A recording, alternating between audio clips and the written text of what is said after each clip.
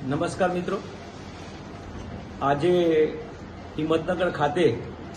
જે નગરપાલિકામાં 11 ગામોનો સમાવેશ ઉડામાં કરેલો છે એના અનુસંધાનમાં આજે ધારાસભ્યશ્રી સાથે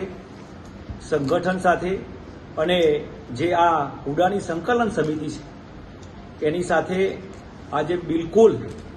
સૌહાર્દપૂર્ણ પ્રમાણે એમાં ચર્ચા કરવામાં આવી છે અને આગામી સમયમાં જે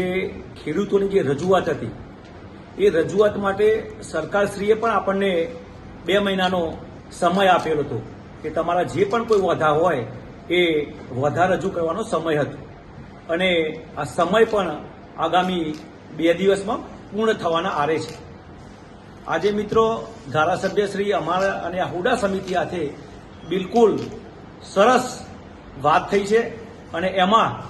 જે હુડા સંકલન સમિતિની જે લાગણી છે એ લાગણી પ્રમાણે અમે આવનારા સમયમાં આ વાત છે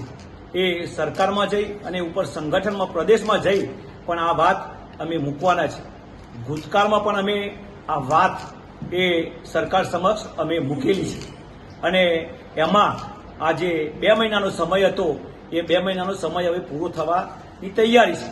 તો આવનારા સમયમાં અમે સંગઠન અને ધારાસભ્યશ્રી સંસદ સભ્ય બધા સાથે મળી અને આપણી જે વાત છે આપણી જે લાગણી છે એ અમે સરકારમાં પહોંચાડવાના છીએ અને આપણી લાગણી મુજબ